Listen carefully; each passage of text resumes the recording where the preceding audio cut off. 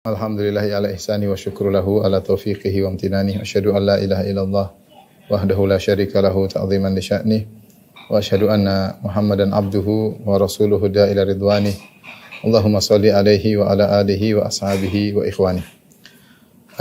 Ikhwan dan akhwat, para bapak-bapak dan ibu, rekan-rekan yang dirahmati Allah Subhanahu wa taala. Tentunya merupakan kesibukan setiap makhluk, bukan hanya manusia, bahkan hewan ya, burung-burung, ya. Sibukan mereka mencari rezeki ya. Karena mereka tahu bahwasanya di antara sebab bertahan hidup adalah dengan mendapatkan rezeki. Oleh karenanya kita harus mengerti ya tentang bagaimana rambu-rambu dalam mencari rezeki, karena sebagian orang ketika orientasi mereka hanyalah rezeki ya, yang penting bisa mendapat rezeki sebanyak-banyaknya, terkadang mereka sering lupa dengan aturan-aturan yang harus dijalankan ya. Sehingga seringkali dalil-dalil Al-Qur'an dan Sunnah, aturan Allah tidak mereka indahkan. Yang penting bagaimana mereka bisa mendapatkan rezeki. Sampai-sampai ada pernyataan sebagian orang mengatakan al-halalu mahalla fil yad. Yang halal adalah yang ada di tangan, itu yang halal ya. Apapun yang kita dapatkan yang penting sampai tangan kita, itulah yang halal ya. Sehingga tidak mempedulikan tentang aturan-aturan syar'i mengenai masalah rezeki ya. Maka pada kesempatan kali ini kita sama-sama saling mengingatkan ya, karena kita semua sama-sama membutuhkan rezeki. Kita hendaknya mempelajari konsep-konsep rezeki yang diatur dalam syariat. Sehingga ketika kita pun mencari rezeki, kita mendapat keberkahan, dan mencari rezeki tersebut kita jadikan sebagai sarana untuk mendekatkan diri kita kepada Allah Subhanahu wa taala. Karenanya sebagian ulama memandang bahwasanya mencari rezeki termasuk jihad fisabilillah, yaitu setimpal dengan jihad fisabilillah. Dan ini seperti disampaikan oleh Al-Qurtubi rahimahullah dalam tafsirnya ketika beliau menafsirkan surat Al-Muzammil. Allah Subhanahu wa taala menyatakan bahwasanya di antara orang-orang ada yang yadribuna fil ardi yabtaguna min fadlillah ya, wa akharuna yuqatiluna fi sabilillah. Allah mengatakan di antara hamba-hamba Allah ada yang yadribuna fil ardi yabtaguna min fadlillah, mereka mencari, berjalan di atas muka bumi mencari rezeki. Wa akharuna yuqatiluna fi sabilillah, dan sebagian orang ada yang berjihad di jalan Allah Subhanahu wa taala. Kata Al-Qurtubi rahimahullah bahwasanya Allah menggandengkan antara mencari rezeki dengan berjihad di jalan Allah Subhanahu wa taala, menunjukkan bahwasanya seorang mencari rezeki sepadan dengan berjihad ya. Dan ini pernyataan saya rasa tidak berlebihan, terutama ketika kita berbicara tentang mencari rezeki yang halal ya. Karena godaan untuk mencari rezeki yang haram banyak, tapi kita mencari rezeki yang halal. Kemudian juga di balik mencari rezeki tersebut kita ingin menafkahi anak istri, terkadang menafkahi orang tua, kita ingin berinfak di jalan Allah Subhanahu wa taala, kita ingin berhaji, ingin umrah. Sehingga wajar jika kemudian Al-Imam Al-Qurtubi rahimahullah dalam tafsirnya menyandingkan antara mencari rezeki dengan berjihad di jalan Allah Subhanahu wa taala. Ini sebagai mukadimah pada kita semua agar kita serius ketika mencari rezeki, kita berusaha ya konsep-konsep terkait rezeki. Yang pertama, bahwasanya rezeki itu sudah tercatat. Rezeki sudah tercatat. Rezeki sudah tercatat. Artinya apa? Rezeki sudah tercatat. Ya, sudah ditakdirkan, tidak akan berubah. Tidak akan berubah. Hanya saja tidak ada yang tahu berapa rezekinya. Hanya saja tidak ada yang tahu. Ada yang tahu berapa rezekinya. Berapa rezekinya. Baik, ini yang pertama. Tujuan kita memahamkan hal ini. Yang kedua, lanjutkan bahwasanya seorang tidak akan meninggal, akan wafat hingga rezekinya lengkap. rezeki atau jatah rezekinya semua sudah dia dapatkan, hingga seluruh jatah rezekinya sudah ia peroleh.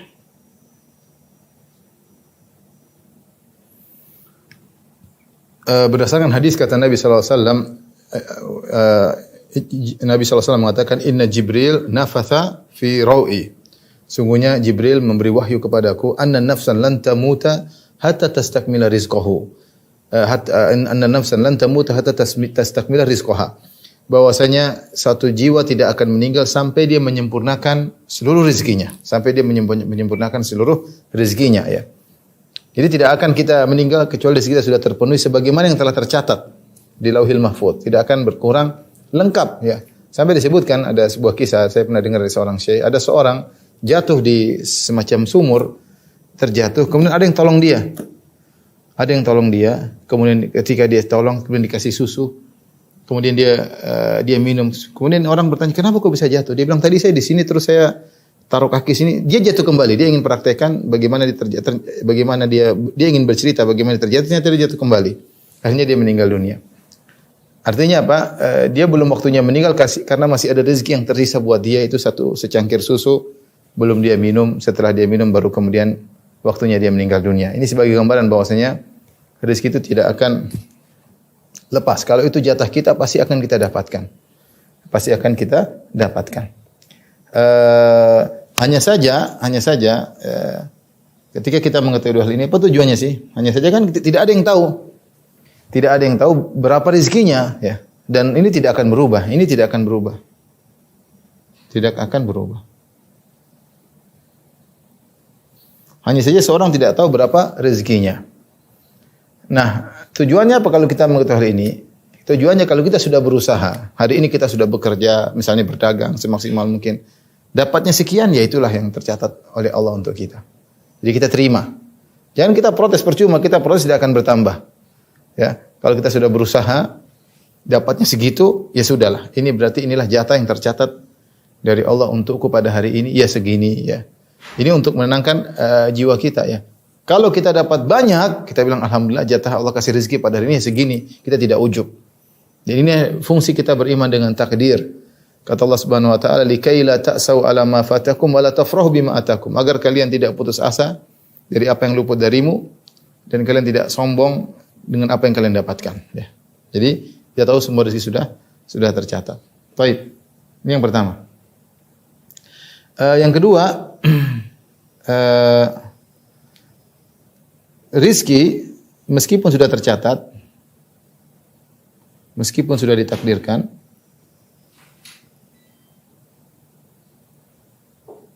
akan tetapi proses memperolehnya pun dengan sebab dan akibat. Memperolehnya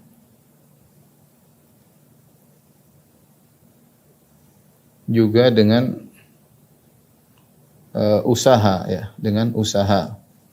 Dengan usaha, ada hukum sebab akibat sunnatullah yang berlaku. Harus ada usaha dan tidak ada bedanya rezeki dengan ajal, ya. Perhatikan. Tidak ada bedanya.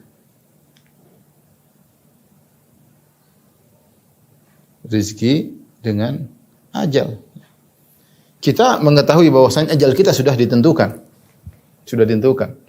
Ya, apa namanya? Idza jaa ajaluhum la yasta'khiruna sa'atan wa la yastaqdimun. Jika telah datang ajal, maka seorang tidak akan bisa menunda dan tidak bisa akan percepat. Waktunya datang sesuai dengan waktunya. Tapi bukankah kita meskipun tahu ajal kita sudah ditentukan, kita enggak tahu ajal kita kapan. Ya. Allah Subhanahu wa taala mengatakan, "Wa ma tadri nafsun ya madza taksibu ghadan." Tidak satu jiwa pun yang tahu apa yang dikerjakan besok. Wa ma tadri nafsun bi ayyi ardhin tamut, dan tidak satu jiwa pun tahu di mana dia akan meninggal dunia. Dia tidak bisa memastikan, dia enggak tahu dia meninggal di mana. Dia meninggal di kota mana, di tempat mana, di dalam kendaraan atau di rumah sakit mana, dia enggak tahu. Wa ma tadri nafsun bi ayyi ardhin tamut. Tidak satu jiwa pun tahu di mana dia akan meninggal. Tetapi kita meskipun yakin ajal kita sudah ditentukan, tetapi kita berusaha menjaga kesehatan, tidak makan yang berbahaya, kita berusaha olahraga, kita berusaha menjaga kesehatan, kalau sakit kita berobat, meskipun kita tahu ajal kita sudah ditentukan. Nah, kalau sebagaimana kita bisa berpikir jernih tentang masalah ajal kita sudah ditentukan. Tapi tetap aja kita berusaha. Tapi kalau sudah Allah tentukan mau berusaha apapun pasti meninggal ya. Pasti meninggal ya. Mau sesehat apapun kalau ditentukan takdirnya meninggal ya meninggal. Tetapi kita tidak tahu kapan kita meninggal. Makanya kita berusaha untuk mempertahankan hidup kita dengan berobat, dengan olahraga dan macam-macamnya. Dah, ini mirip dengan rezeki, sama dengan rezeki. Rezeki kita nggak tahu berapa jatah yang akan Allah berikan kepada kita. Tapi kita berusaha. Berusaha mencari rezeki dengan berusaha dengan ada sebab-sebab yang Allah anjurkan agar kita mendapat rezeki. Kita menempuh sebab-sebab tersebut, baru kita tahu berapa rezeki kita yang Allah berikan pada hari ini. Itu kita pun tahu hari ini. Esok-esok kita belum tahu. Menjelang kita meninggal, kita tidak tahu rezeki kita berapa. Itu rahasia Allah Subhanahu wa taala. Jadi rezeki meskipun sudah ditakdirkan tidak menafikan usaha ya. Tidak menafikan usaha. Makanya sering kita sebutkan tawakal yang benar ya. Tawakal yang benar adalah yang menggabungkan dua perkara.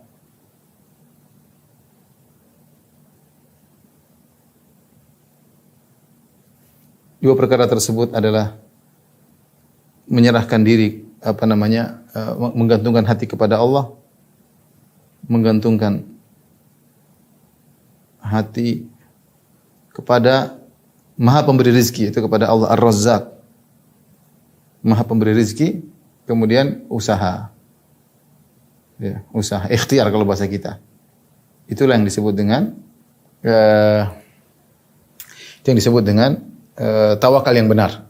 Makanya dalam hadis kata Rasulullah SAW, ihris ala ma yanfa'uk wasta'in billah. Semangatlah meraih apa yang bermanfaat bagimu.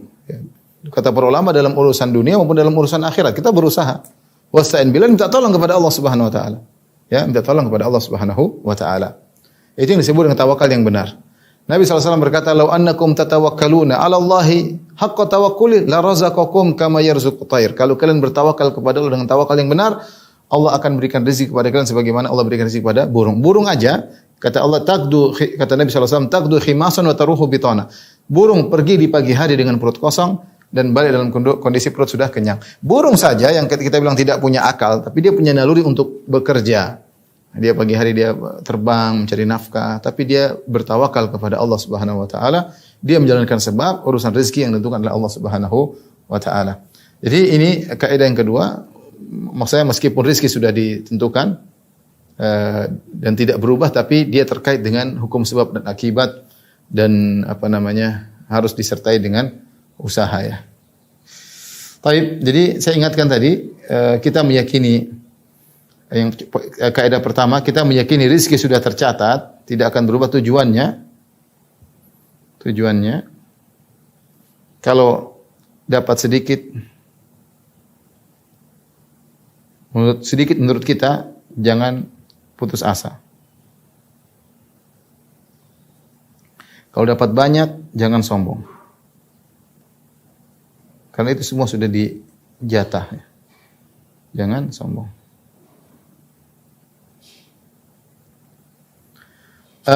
Dari sini kita tahu konsep rezeki mirip dengan konsep ajal.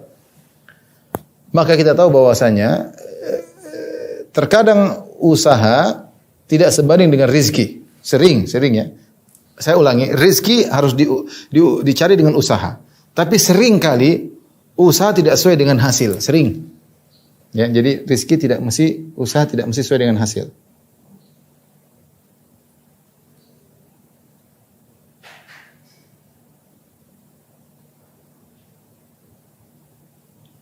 Dengan hasil. Karena yang menentukan rezeki adalah Allah, ya. Agar kita yakin pemberi rezeki adalah Allah. Ada orang sudah bekerja mati-matian toh, capek mungkin kerja 25 jam per hari kalau boleh kita katakan saking capeknya. Tapi rezekinya sedikit-sedikit saja. Ada orang yang mungkin santai tapi diberi kemudahan oleh Allah, Allah berikan rezeki yang banyak. Ada orang kita ketemu dia mungkin 5 tahun lalu masih miskin, tahu-tahu sudah kaya raya. Ada orang yang tadi kita kaya ternyata miskin, padahal usahanya tidak berkurang. Semangatnya tuh dia menunjukkan bahwasanya usaha ya terkadang tidak sesuai dengan hasil, tapi rezeki harus diperoleh dengan usaha ya. Ada orang tidak berusaha apa-apa, tahu-tahu dia jadi kaya raya. Kenapa? Bapaknya kaya, bapaknya meninggal dapat warisan. Gampang aja demikian ya. Ya, ini semua agar kita tahu bahwasanya pemberi rezeki adalah Allah Subhanahu wa taala, agar kita tidak ujub, tidak sombong, tidak ujub ya. Usaha harus ada tapi jangan ujub dengan usaha kita. Karena sebagian orang ketika dia berhasil dia mengatakan karena kecerdasanku, karena pengalamanku. Kita bilang bahwasanya kecerdasan tidak berbanding lurus dengan kekayaan, tidak berbanding lurus. Banyaknya pengalaman tidak berbanding lurus dengan banyaknya harta. Betapa banyak orang cerdas lebih cerdas daripada kita tidak kaya-kaya. Betapa banyak orang pengalamannya lebih banyak dari pengalaman kita ternyata tidak kaya. Rezeki rahasia Allah Subhanahu wa taala. Tapi Allah menyuruh kita untuk berusaha. Dalam banyak ayat kata Allah, "Famshu fi manakibiha wa kulu min rizqih." Berjalanlah kalian di penjuru bumi, carilah rezeki Allah Subhanahu wa taala. Allah mengatakan, "Fa idza qudiyatis salatu fantashiru fil ardi wabtagu min fadlillah." Jika selesai salat Jumat, bertebaranlah di atas muka bumi dan carilah rezeki Allah Subhanahu wa taala. Baik. Berikutnya yang ketiga,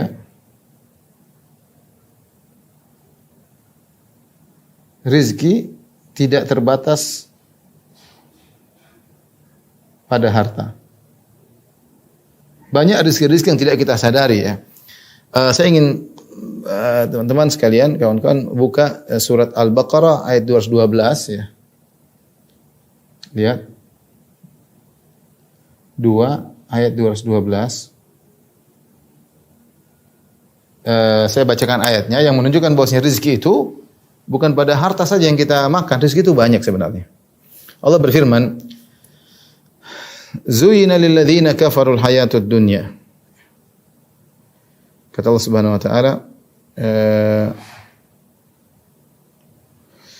kehidupan dunia dijadikan indah dalam pandangan orang-orang kafir. Zuyina lil ladzina kafarul hayatud dunya wa yaskharuna minal ladzina amanu. Dan orang kafir mereka menghina, memandang rendah orang-orang yang beriman. Orang beriman mungkin terkadang rezeki secara materi sedikit sehingga dihina oleh orang kafir. Walladzina taqaw fawqahum yaumal qiyamah. Dan padahal orang-orang yang bertakwa itu lebih mulia daripada mereka pada hari kiamat kelak. Wallahu yarzuqu may yasha'u bighairi hisab, dan Allah memberi rezeki kepada orang-orang yang dikehendakinya tanpa batas. Saya ulangi ayatnya, Allah berfirman orang kafir diberi keindahan dunia, kemudian mereka mengajak orang beriman, maka Allah jelaskan bahwasanya rezeki bukan cuma itu saja. Walladzina taqaw fawqahum yaumal qiyamah. Padahal orang beriman itu lebih tinggi daripada mereka pada hari kiamat kelak. Wallahu yarzuqu may yasha'u bighairi hisab, dan Allah memberi rezeki kepada siapa yang Allah kehendaki tanpa hisab. Kata Syekh Sa'di rahimahullahu taala mengomentari firman Allah, wallahu yarzuqu may yasha'u bighairi hisab. Allah memberi rezeki tanpa hisab. Farizqu ad-dunyawi yahsulu lil mu'min wal kafir. Adapun rezeki duniawi itu didapatkan oleh beriman orang kafir. Wa amma rizqul qulub minal ilm wal iman. Adapun rezeki yang berkaitan dengan akhirat, kebahagiaan hati, ilmu, iman, mahabbatullah, cinta kepada Allah, wa khasyatuhu, takut kepada raja'uhu dan berharap kepada Allah, wa nahu dzalik, dan yang semisalnya, fala yu'tiha illa man yuhib. Maka Allah tidak berikan kecuali kepada orang yang Allah cintai. Jadi rezeki sebenarnya tidak terbatas pada harta saja. Jadi ada rezeki duniawi, ada rezeki ukhrawi. Rezeki dunia pun tidak terbatas pada harta doang ya. Rezeki itu banyak. Oleh karena ini harus kita renungkan bahwa sebenarnya Allah memberikan kita sangat banyak rezeki. Contohnya seperti istri soleha. Istri soleha, kata Nabi SAW, ad-dunya mata', sungguhnya dunia itu adalah kesenangan, aset. Wa khairu mata'id dunya al-mar'atu salihah, dan sebaik-baik kesenangan duniawi adalah istri yang soleha. Siapa yang dapat istri soleha? Lebih baik daripada dia mendapatkan rumah yang mewah. Percuma dapat rumah mewah tapi istrinya suka ngomel, marah-marah kerjanya, tidak pernah bersyukur, bentak-bentak, rumah mewah seakan-akan sempit, tidak ada rasanya. Tapi orang mungkin rumah sederhana tapi subhanallah masuk ke rumah istrinya senyum, menyiapkan makanan semua, kalau dia pergi siapkan bajunya, kalau dia mandi siapkan handuknya, ya. Baru keluar kamar mandi handuk sudah disediakan sama istrinya. Wah, itu rezeki yang luar biasa. Ini contoh maksudnya yang sering kita tidak sadari. Kesehatan rezeki yang luar biasa. Yang kata para ulama kesehatan adalah tajun, ya. Kesehatan adalah mahkota yang dipakai oleh orang-orang sehat. Tetapi yang tidak ada yang bisa melihatnya kecuali orang sakit. Jadi kita ini kalau sehat sedang pakai mahkota. Tapi yang bisa lihat kita nggak bisa lihat. Yang lihat orang sakit. Orang sakit tahu bahwasanya kesehatan itu sangat mahal. Makanya kata Nabi sallallahu alaihi wasallam dalam hadisnya, man asbaha fi aminan fi sirbihi mu'afan fi jasadihi wa lahu qutu yaumihi fa ka'annama hizathu dunya. Barang siapa yang pagi hari aman di rumahnya, sehat badannya, kemudian dia punya makanan untuk hari itu, seakan-akan dunia telah dibawakan kepada dia. Artinya sudah apa yang mau dia cari ini sudah rezeki yang luar biasa didapatkan pada hari tersebut. Ini maksudnya contoh rezeki yang tidak kita sadari. Ya. Keamanan negeri, kita di Indonesia alhamdulillah negeri aman, kemana-mana tidak kekhawatiran, tidak takut dirampok, tidak takut di ini. Alhamdulillah. Sebagian negara masih banyak tidak dalam kondisi aman. Kondisi politik berubah dengan cepat, ya, terjadi perang saudara di antara mereka, ya, dan banyak hal, ya. Jadi maksudnya ini banyak rezeki yang tidak kita sadari. Belum rezeki tadi berkaitan dengan kata Syekh Sa'di rahimahullah taala, berkaitan dengan keimanan, kita bisa sholat, kita bisa baca Quran. Ini bekal kita di akhirat. Kita sedang mengumpulkan aset kita untuk di akhirat. Banyak orang rezekinya banyak tapi jauh dari Allah Subhanahu wa taala. Orang jauh dari Allah tidak akan tenang. Tanyakan sama orang-orang yang hijrah. Saya mungkin kalau saya ngomong mungkin dianggap omong kosong, tapi tanyakan sama orang yang berhijrah, yang meninggalkan maksiat, meninggalkan kemewahan yang tadinya mereka mewah, hidup hura-hura. Kenapa mereka rela meninggalkan hura-hura tersebut? Karena mereka tidak mendapatkan kebahagiaan. Mereka mendapat kebahagiaan ketika dekat dengan Rabb mereka, dengan Allah Subhanahu wa taala. Banyak kita ketemu orang seperti itu, meninggalkan kemewahan, meninggalkan harta, meninggalkan ketenaran, meninggalkan popularitas. Dia tidak mendapat kebahagiaan. Dapat kebahagiaan ketika hidup dalam Islam, dalam ketenangan, baca Quran, sholat. Ini rezeki luar biasa yang terkadang tidak kita sadari. Ya. Terkadang tidak kita sadari. Makanya konsep rezeki yang penting juga yang perlu kita pahami bahwasanya rezeki tidak terbatas pada aset yang kita miliki. Anak-anak yang baik itu rezeki. Istri yang saleh adalah rezeki. Ya. Rumah yang tenang ya, adalah rezeki. Keamanan, kesehatan, ketentraman, kebahagiaan semua rezeki yang jauh lebih berharga daripada harta yang banyak. Jauh lebih berharga yang banyak. Saya sering sampaikan, ada di musim pandemi, kita ketemu orang yang mungkin miliarder. Tapi kalau kita ketemu, bagaimana? Ngeluh aja kerjanya. Waduh, ini lagi begini, waduh begini repot, waduh pandemi. Ngeluh. Sementara kita ketemu dengan sebagian orang yang mungkin miskin, tenang aja, alhamdulillah ala kulli hal. Alhamdulillah masih bisa ini, alhamdulillah. Senyum, masih bisa tertawa, masih bisa bercanda. Yang miliarder sudah enggak bisa bercanda, udah pusing dia. Makanya kalau kita batasi konsep rezeki dengan hanya aset, ya itu tidak benar, ya. Tidak benar karena rezeki itu banyak, ya. Ini harus kita renungkan. Saya bilang rezeki yang paling besar adalah rezeki ikhlas, keimanan, bisa sholat malam. Itu rezeki luar biasa. Banyak orang yang tidak diberi rezeki tersebut, kesabaran, ya. Kata Nabi sallallahu alaihi wasallam, "Wa ma utiya ahadun ata'an awsa wa khairan minas sabr." Tidaklah seorang diberikan suatu anugerah dari Allah yang lebih baik dan lebih luas daripada sabar. Siapa yang diberi kesabaran, Masya Allah. Jadi, Bapak Ibu rahmati Allah Subhanahu wa taala, di antara konsep rezeki. Kita lanjutkan mungkin di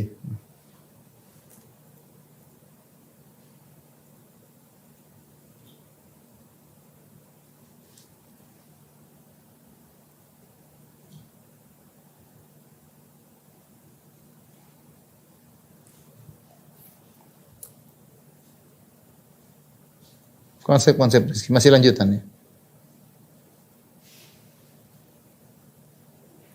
Yang berikutnya, bahwasanya rezeki tidak berubah jatahnya. Apakah diperoleh dengan cara yang halal?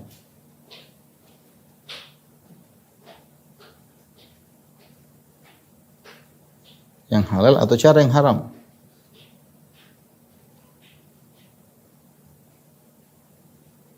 Tidak berubah, ya. Artinya pada orang dia misalnya punya rezeki dengan mencuri misalnya, atau dengan makan riba misalnya, atau dengan cara yang haram. Sungguhnya kalau dia tinggalkan cara haram tersebut dulu, dia akan juga mendapatkan dengan nominal yang sama dengan cara yang halal. Tinggal dia pilih mana, ya. Mau dia dengan cara haram dan cara nominal tidak berubah, ya. Jatah rezeki tidak berubah, nominal tidak berubah, ya.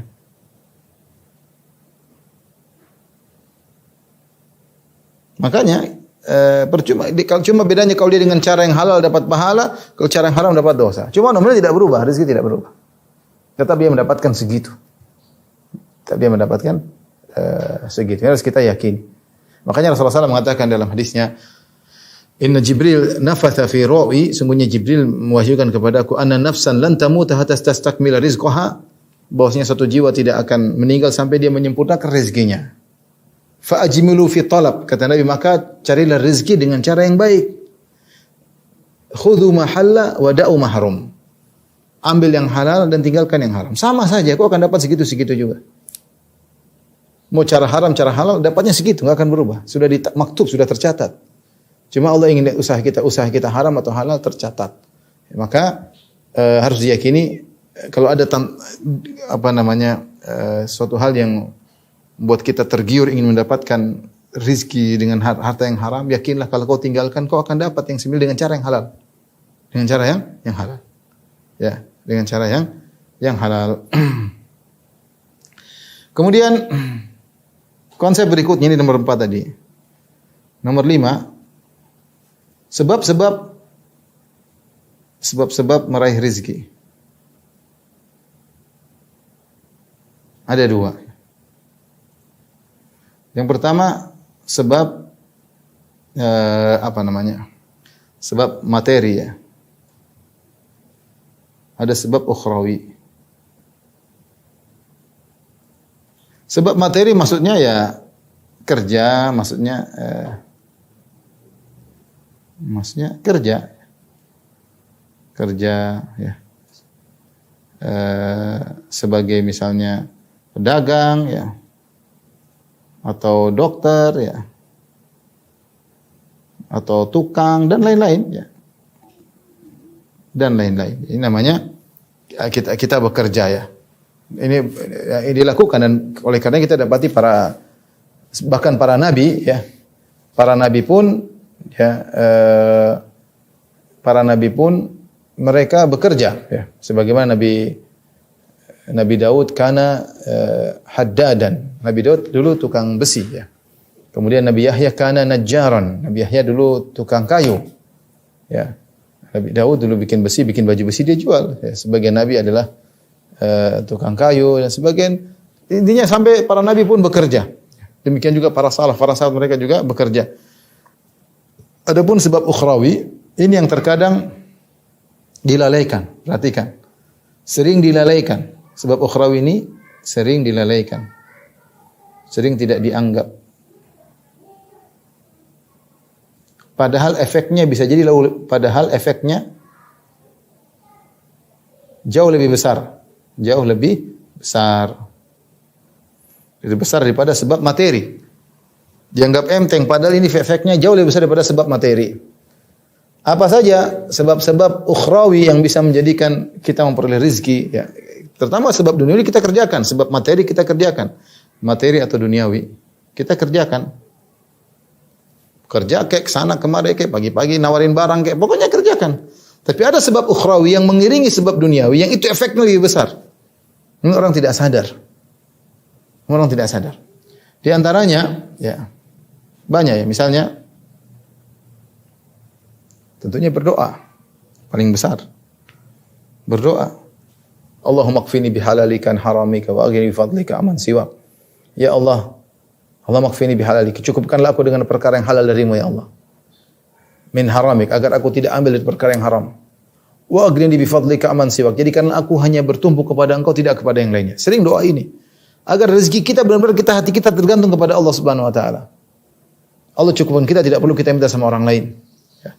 Berdoa, Allahumma kfini bihalika an haramika fadlika amman siwak. Demikian juga habis salat subuh kita mengucapkan Allahumma inni as'aluka ilman nafi'an wa rizqan thayyiban wa amalan mutaqabbala. Minta kepada rizqan thayyiban, minta kepada Allah Subhanahu wa taala. Nangis kita malam, ya Allah dengan rezeki aku ingin berbakti sama orang tua, ya Allah aku ingin bersedekah, aku ingin membantu kerabat, aku ingin bikin rumah tahfidz, aku ingin berdoa minta sama Allah. Allah Maha Pemberi rezeki. Kalau Allah mau kasih rezeki gampang, kun fayakun, selesai. Selesai. Orang dari miskin kaya mendadak banyak kalau Allah mau kasih gampang. Ya, banyak. Jadi sebab utama adalah berdoa kepada Allah Subhanahu wa taala. Yang kedua, Ini juga sebab yang sangat ampuh adalah silaturahmi.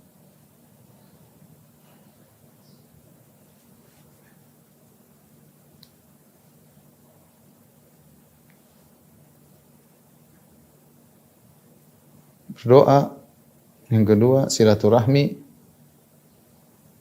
terlebih lagi kepada orang tua, terutama berbakti kepada orang tua.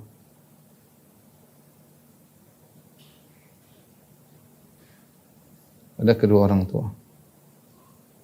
Dan Nabi SAW telah menyampaikan secara khusus, kata Nabi SAW, man ahabba an yunsa'alahu fi athari wa yubsatalahu fi rizqi falyasil rahimah. Siapa yang ingin dilapangkan rezekinya, dipanjangkan umurnya, sambung silaturahmi, terutama orang tua. Dan rahim sudah pernah kita bahas dalam banyak kajian, yaitu kepada kakak, kepada adik. Kita infak, kita berikan kepada mereka hadiah. Pada ponakan jangan pelit, pada bibi, pada om jangan pelit. Mereka tuh rahim kita. Kalau punya rezeki kasih, Allah akan ganti dengan lebih cepat, lebih banyak. Ini sebab, kelihatannya sepele, tapi ini tidak sepele, ikhwan. Ya. Orang yang nyambung silaturahmi dimudahkan apa? Rezekinya, dimudahkan rezekinya, dilapangkan rezekinya, panjangkan umurnya. Ya. Saya punya teman-teman yang masya Allah, ada yang di antara mereka pejabat, ada di antara mereka dai, ada di antara mereka adalah pedagang. Rata-rata mereka berhasil, ada rahasianya karena mereka berbakti sama orang tua. Rata-rata demikian. Kita cek-cek kembali, mereka ternyata berhasil. Di antara sebab utamanya mereka berbakti kepada kedua orang tua. Jadi usahakan membuat orang tua gembira. Bagaimana ibu melihat kita senang kalau kita datang, sangat dia gembira melihat kita. Kalau kita tidak ada, diharapkan kehadirannya. Maka insya Allah akan dimudahkan urusan kita. Sebagaimana seorang penyair berkata, ridha'uki sirru taufiqi. Sungguhnya keridhaanmu wahai ibunda adalah rahasia kesuksesanku. Keridhaanmu wahai ibunda adalah rahasia kesuksesanku. Betapa banyak orang berhasil karena doa orang tua yang tulus. Jadi jangan pelit sama kakak, sama adik, jangan pelit. Kemudian yang ketiga, di antaranya bersedekah. Dalam hadis kata Nabi sallallahu alaihi wasallam, "Ma naqasa shadaqatun min mal." Sedekah tidak akan mengurangi harta.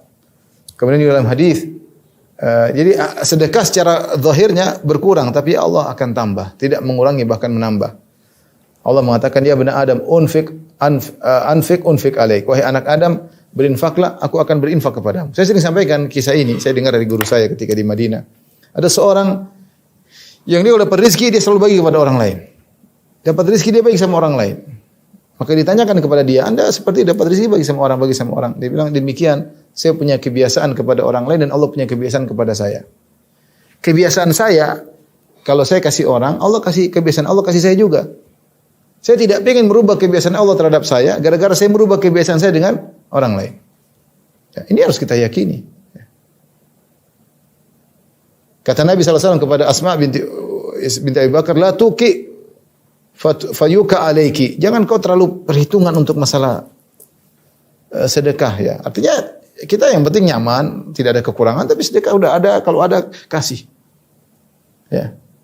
Fayuka alaik, kalau kau terlalu perhitungan, hitung-hitungan medit, Allah akan medit sama engkau juga. Ya. Al-jazai misil amal. Al-jazai misil amal. Kalau kau medit, Allah juga bahasa Jawa medit ya, enggak tahu bahasa pelit ya. Allah juga pelit sama kamu. Ini masalah keyakinan. Dipraktekan ya. Niat, tapi kita ingat kita niat ikhlas karena Allah, bukan karena mencari muka pengin dipuji, enggak. Kita bersih karena Allah Subhanahu wa taala. Di antaranya sebab juga menikah ya. Kalau jomblo-jomblo yang miskin menikah, insyaallah rezekinya banyak. Kata Allah Subhanahu wa taala, "Iyakunu fuqara yughnihimullahu min fadlih." Dalam surat An-Nisa, kalau mereka para jomblo tersebut miskin dengan menikah, yughnihimullahu min fadlih, maka Allah akan cukupkan mereka. Dan banyak bukti jomblo miskin begitu nikah, alhamdulillah Allah rezeki bertambah. Banyak, kita semua buktinya. Dulu sebelum nikah jomblo kayak apa miskinnya? Susah hidup. Begitu menikah, alhamdulillah rezeki dimudahkan. Di antara juga banyak anak ya. Banyak anak rezeki kita ditambah. Kenapa? Karena masing-masing anak punya rezeki sendiri. Kata Allah Subhanahu wa taala, "Wala taqtulu auladakum khasyata imlaq. Nahnu narzuquhum wa iyyakum." Jangan kalian bunuh anak-anak kalian wahai orang Arab jahiliyah karena takut miskin. Nahnu narzuquhum wa iyyakum. Kami yang beri rezeki kepada anak-anakmu sebagaimana kami beri rezeki kepada kalian. Jadi rezeki anak-anak sudah ada jatahnya. Rezeki kalian sudah ada jatahnya. Cuma ketika Allah memberikan rezeki kepada anak-anak lewat kalian. Tapi ini otomatis banyak anak, banyak rezeki dan itu benar ya. Orang banyak anak, banyak rezeki ya. Di antaranya bertawakal yang lebih. Bertawakal yang benar. Ibn Rajab ketika mengomentari hadis Nabi SAW, "Lau annakum tatawakkaluna Allahi haqqa tawakkuli la razaqakum." Kalau kalian bertawakal kepada Allah dengan tawakal yang benar, Allah akan beri rezeki kepada kalian. Maka kita ketika mencari rezeki, kita berusaha tapi tawakal kita harus ditinggikan. Bahwasanya Allah yang kasih rezeki kepada kita. Ini saya menjalankan sebab ya Allah, rezeki semua dari Engkau ya Allah. Jangan kita ujub, kita tawakal kepada Allah Subhanahu wa taala. Kata Ibn Rajab, tawakal yang tinggi dengan sebab yang sedikit mendatangkan rezeki yang banyak. Tawakal yang tinggi dengan sebab yang rezeki sedikit bisa mendatangkan rezeki yang banyak ya. Kemudian jangan lupa bersyukur pada Allah. Bersyukur yang paling tepat adalah dengan beramal soleh. Kata Allah berfirman, la in syakartum la azidanakum. Jika kalian bersyukur, maka aku akan tambahkan nikmat bagi kalian ya. Ya, kemudian juga misalnya berinfak untuk menuntut ilmu. Para penuntut ilmu. Dalam hadis bahwasanya ada seorang dia bekerja sementara saudaranya menuntut ilmu dan dia beri rezeki, dia beri bantuan kepada saudara yang tersebut. Ya, maka Rasulullah jelaskan bahwasanya Allah memberi rezeki kepada saudaramu melalui engkau ya. Jadi kalau kita ada membantu orang menuntut ilmu, kita niatkan karena Allah. Allah akan mudahkan rezeki kita. Ya, Allah akan mudahkan rezeki. Atau kita mengayomi anak yatim misalnya, kita bikin pondok, kita mudahkan orang untuk belajar di pondok, rezeki kita insyaallah ada. Allah kasih mereka lewat kita dan kita ditambah oleh Allah Subhanahu wa taala. Ditambah oleh Allah Subhanahu wa taala. Kemudian kalau ada rezeki juga jangan lupa mengiringi haji dan umrah. Artinya kalau sudah umrah ya haji, kalau sudah haji bisa umrah lagi. Tentu bukan tiap bulan kita umrah, tapi ada waktu kita untuk umrah. Kata Rasulullah SAW, tabi'u bainal haji wal umrah fa innahuma yanfiyani al-faqr wadh-dhunub kama yanfil kir khabathal hadid. Ikutkanlah, sertakanlah umrah dengan haji dengan umrah, karena keduanya umrah dan haji ini bisa menghilangkan dosa-dosa dan juga menghilangkan kefakiran. Kalau orang ingin terhindar dari kefakiran, diantaranya dengan umrah. Kama yanfil kir khabathal hadid, sebagaimana alat pandai besi menghilangkan karatan besi ya. Di antaranya banyak beristighfar ya. Banyak istighfar. Sebagian dalam perkataan Nabi Nuh kepada kaumnya, faqultu astaghfiru rabbakum innahu kana ghaffara. Beristighfarlah kepada Rabb kalian, sungguhnya Allah Maha Pengampun. Yursilis samaa 'alaikum midrar. Allah akan turunkan hujan yang deras, hujan berkah. Wa yumdidukum bi amwalin wal banin. Allah perbanyakkan harta bagi kalian, Allah perbanyak anak bagi kalian. Wa yaj'alakum jannatin wa yaj'alakum anhar. Allah akan bukakan bagi kalian kebun-kebun, taman-taman, dan Allah akan alirkan bagi kalian sungai-sungai. Jadi istighfar ini mudah mendapatkan rezeki. Tidak ada masalah kita sambil kerja astagfirullah. Intinya ikhwan, ya, kita niatkan kalau punya rezeki agar kerja kita berkah, kita niatkan rezeki kita ini bukan untuk duniawi saja, tapi kita untuk akhirat, ya, agar semua kegiatan kita adalah rezeki, ya, adalah pahala di sisi Allah Subhanahu wa taala. Kemudian konsep yang berikutnya,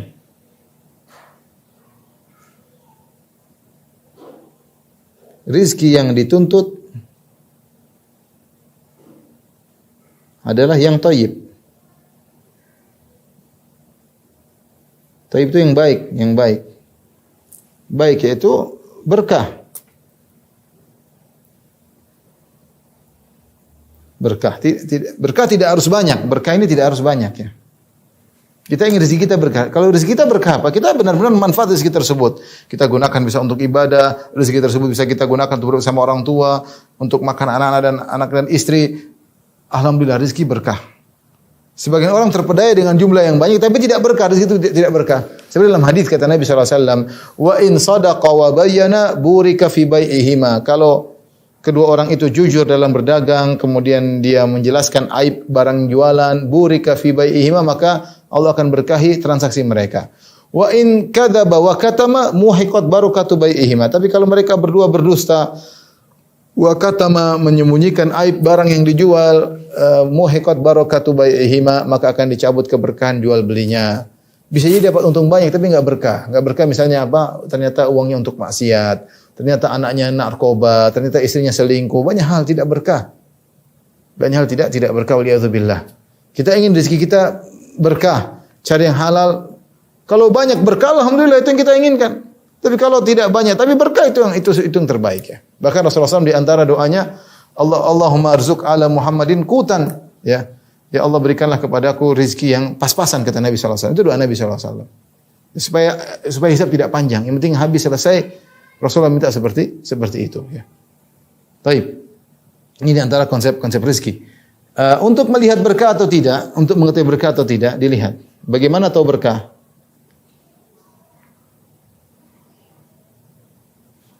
Gampangannya mudah. Jika harta membuat kita dekat kepada Allah, maka berkah.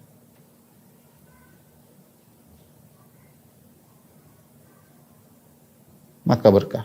Jika tidak, ya, maka itu istidraj. Harta, kita punya mobil baru. Mobil baru ini buat kita dekat sama Allah enggak? Semakin bersyukur, tawadhu. Kalau iya berarti itu berkah. Kalau semakin kita sombong, angkuh, pamer sana pamer sini, itu tidak berkah. Kita punya rumah misalnya, ada rumah semakin besar, apakah berkah? Iya, semakin dekat dengan Allah, rumah tersebut kita buka untuk keluarga, untuk silaturahmi, sering undang makan orang, itu berkah namanya. Namanya berkah. Tapi kalau harta tersebut buat kita jauh dari Allah, kita punya jam baru bikin kita semakin sombong, kita punya mobil baru bikin kita semakin jauh dari Allah. Kita punya perusahaan banyak, semakin kita sibuk enggak ingat Allah, semakin enggak baca Quran, semakin ini enggak benar. Hati-hati. Kita tidak ingin banyak-banyakan. Kita banyak itu hanya memperbanyak hisab kita pada hari kiamat. Yang kalau kita mau kaya pun yang kita nikmati cuma sebagian aja, enggak bisa. Yang punya mobil 10 yang kita pakai cuma 1. Enggak bisa pakai 10 sekalian, enggak bisa ya. Kita punya makanan sebanyak-banyaknya, paling makan cuma 1 piring, apalagi kalau sudah kena gula makannya dikit-dikit. Mau kaya kayak apa juga enggak bisa, macam-macam. Mau rumah banyak ya tempat tidur cuma 1 di dalam 1 kamar selesai. Maka kita ingin harta kita itu berkah. Berkah itu ciri-cirinya apa? Membuat kita dekat dengan Allah. Itu namanya berkah. Kalau kita jauh dari Allah berarti harta kita tidak berkah. Harta kita tidak berkah. Maka terakhir ini supaya apa namanya hati-hati ya. Ya. Jangan jadi budak dinar. Kata Nabi SAW, ta'isa abdul dinar, ta'isa abdul dirham. Celaka hamba dinar, celaka hamba dirham. Kenapa disebut dengan hamba, kata para ulama? Karena dinar yang mengatur hidupnya. Dinar yang mengatur. Kalau dinar menyuruh dia tinggalkan salat, tinggalkan salat. Dinar menyuruh dia melakukan haram, dia melakukan haram. Dinar menyuruh dia minum khamar, dia minum khamar. Demi untuk relasi dengan pembeli, minum khamar, minum khamar. Demi relasi dengan konsumen, nawarin cewek, dia nawarin cewek. Entertain sama maksiat, dia lakukan. Kalau harus berkelahi sama orang tuanya dia lakukan. Jadi dia jadi budak dinar, budak dirham. Bukan dinar jadi budaknya. Oke, jadi kesimpulannya harta adalah titipan Allah Subhanahu wa taala. Maka tidak boleh kita pergunakan kecuali aturan yang menitip. Kita ini inna lillahi wa inna ilaihi raji'un. Kita ini milik Allah dan harta kita milik Allah, kembali kepada Allah. Ingat, setiap harta yang kita miliki ada 2 pertanyaan. Lan tazula qadama 'abdin hatta yas'ala arba'. 2 kaki seorang hamba tidak akan bergeser sampai ditanya 4 perkara. Di antaranya an malihi, ditanya tentang hartanya. Min aina iktasabu fi ma anfaqa. Dari mana didapatkan dan kemana dihabiskan. Kita akan ditanya setiap harta yang dari mana kau dapatkan, cara halal atau haram. Kalau cara halal masih ada pertanyaan berikut, kemana kau habiskan, halal atau haram. Kalau kita selamat insyaallah enggak ada masalah.